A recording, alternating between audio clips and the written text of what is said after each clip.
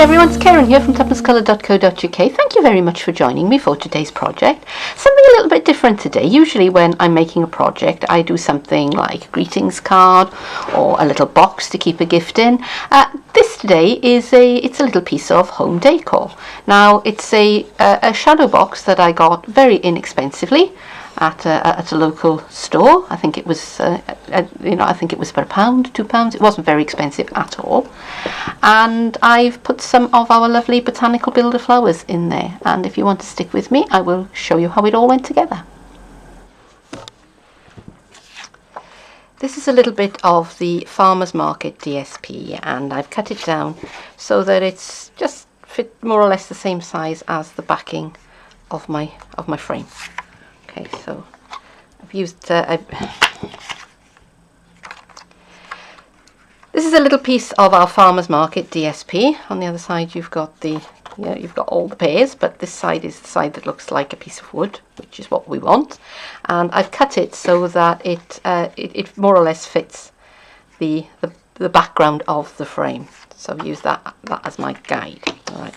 Now the actual frame is it's a warmer colour than my paper, and I could leave it like that, but I decided that I want to warm it up a little bit. So I've got my So Saffron ink and a sponge, and I'm working on my silicone mat on this occasion. I do have a just trying to think of the name of it, a blending mat, that's the word, that I would use for bigger projects, but this is quite a small little piece of paper and it's actually not worth getting the blending mat out for. And you could work on a scrap of paper, but when you work on something that's not porous, it actually helps to save your ink, because the ink that gets brushed off to the side there, you can sort of bring that back on. Okay, so that's coming along quite nicely. I just want to give it a little bit more depth, so I've got some crumb cake here.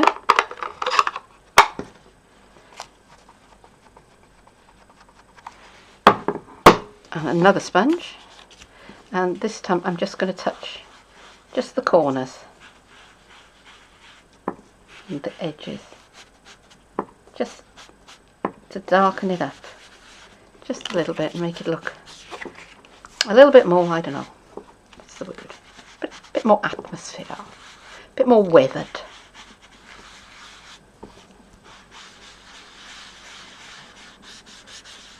Okay, so I don't want to overthink that, but I think I'm quite happy with that. So if I bring back in my frame, you know, it's not an exact colour match, and I was never going to get a colour match, but I'm happier with the warmer tone. So I'm going to let that sit on one side to dry, and I'm going to get to work doing my flowers.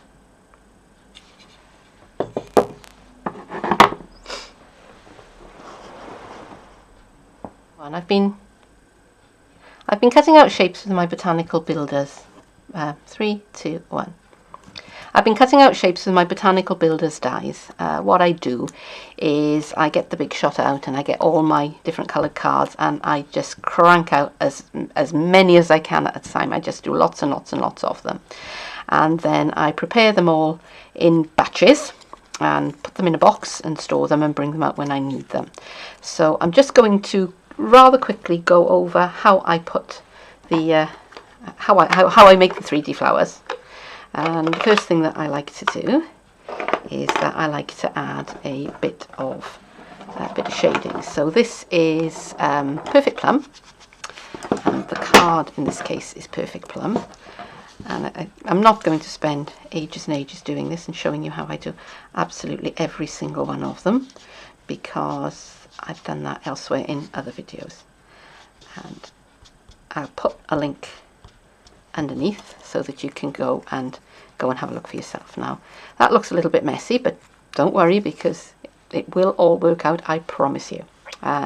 For the stamens in the middle, I've got a bit of mint macaron card, and I'm going to put some mint macaron on my finger dauber. I'm going to move it away from the bit where I did the purple, and again you know, you can do this on a bit of paper, but the advantage of working on a silicone mat or a blending mat is that it doesn't absorb your ink, so that you waste less ink, if you like. Okay, so those are done. So put my inks out of the way and put them on one side and move that out of the way, and I'm going to bring in my sponge mat. Now Stampin' Up sell a piercing mat, which is very good.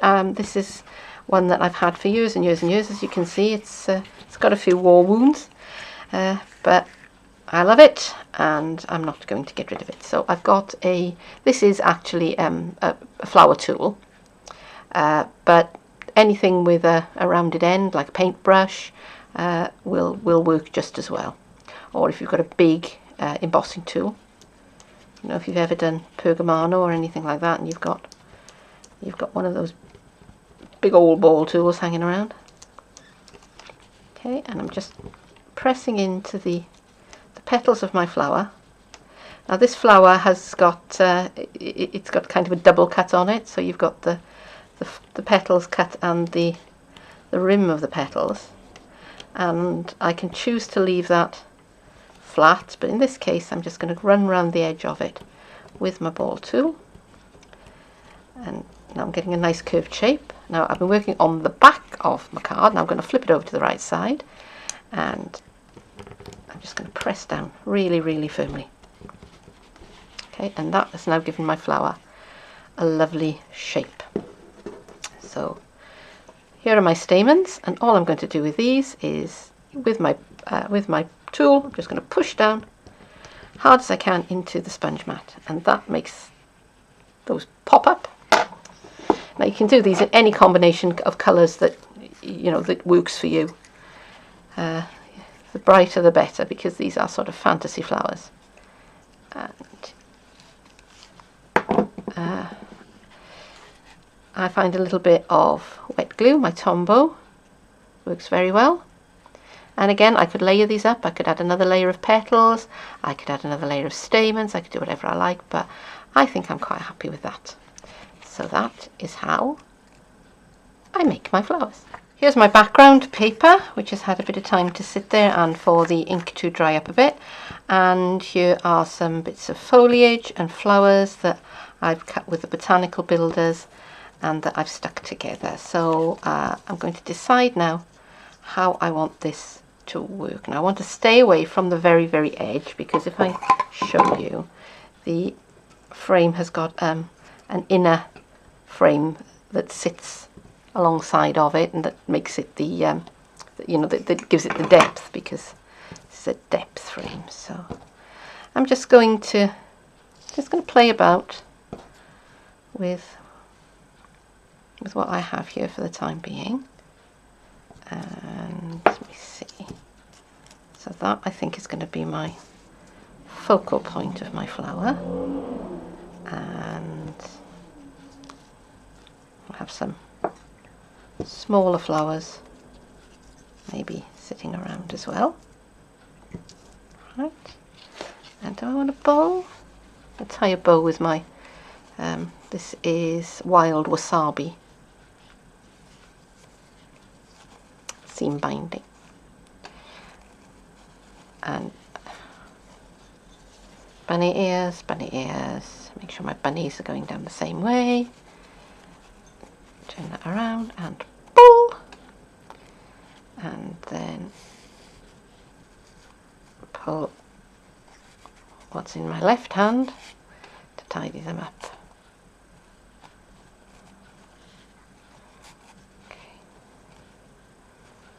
Okay. Do I want that in there? Yes.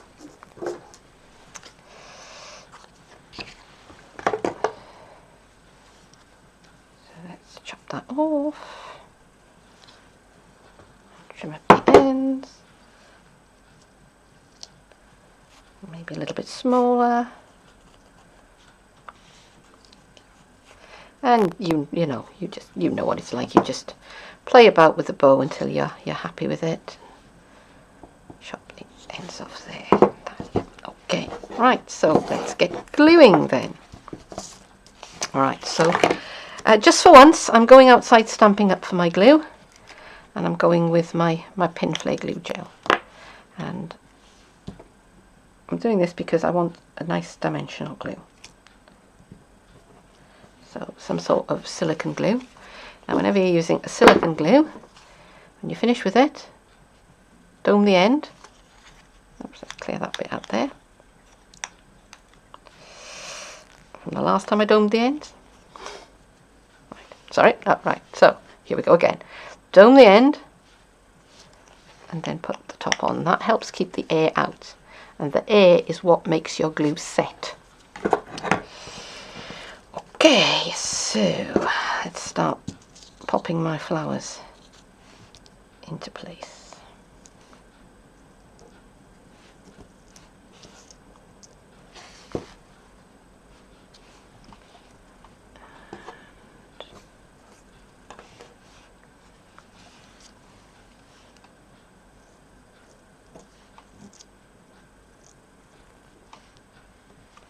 And if I'm very, very lucky, I will manage to do this without actually gluing myself. Would be a first. I don't know. Glue likes me. That's the only possible explanation that I can think of, is that glue actually likes me. I'll put a bit of the... got plenty there, so I'm going to squeeze a little bit off. I'm going to put that up there. There you go. Right, now my smaller flowers go in next.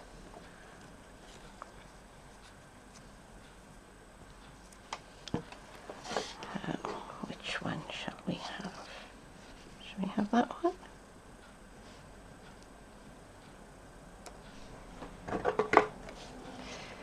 Oops. So a little bit more glue.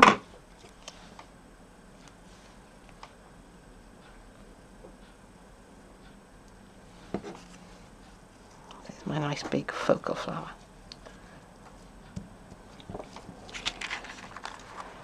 There we go.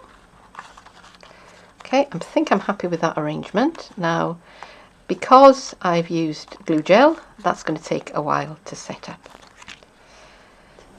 And we're ready to put everything together. So the glass is inside my outer frame, and my inner frame comes along and drops in there, and that's what helps make it the shadow box frame. Now here's my backer, and I'm going to put tear and tape onto the backer because of the dimension that's now on my flowers. It would make it more difficult to put the tape on there. So I'm going to get the backing off the tear and tape,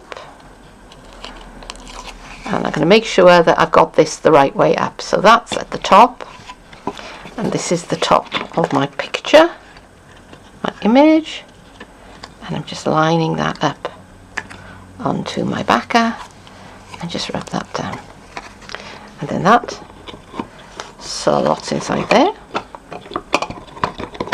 And I'm just going to check that I haven't got anything caught that I didn't want to have caught, and that's fine, and I'm just going to push those down. And there is my finished shadow box. So there is the finished item. Now usually when we create greetings cards, we give them away, and people keep them for a while and they put them away and they're never seen again. So I think this is a nice alternative, because this would be something that you could hang on your wall and you could keep out all the time. So I do hope you've enjoyed this project today, and if so, please do think about either subscribing to my channel or giving me a like or leaving me a comment. I would be very, very happy to hear from you. In any case, if you want to visit my blog, find out more about me, then please do visit the links underneath this video. You can get to my Facebook page from there, and you can also get to my Stampin' Up shop, which is where, if you want to, you can get hold of the things, most of the things that I've used in today's project. But for now, I hope you'll come back again soon. Thank you very much for joining me, and goodbye for now.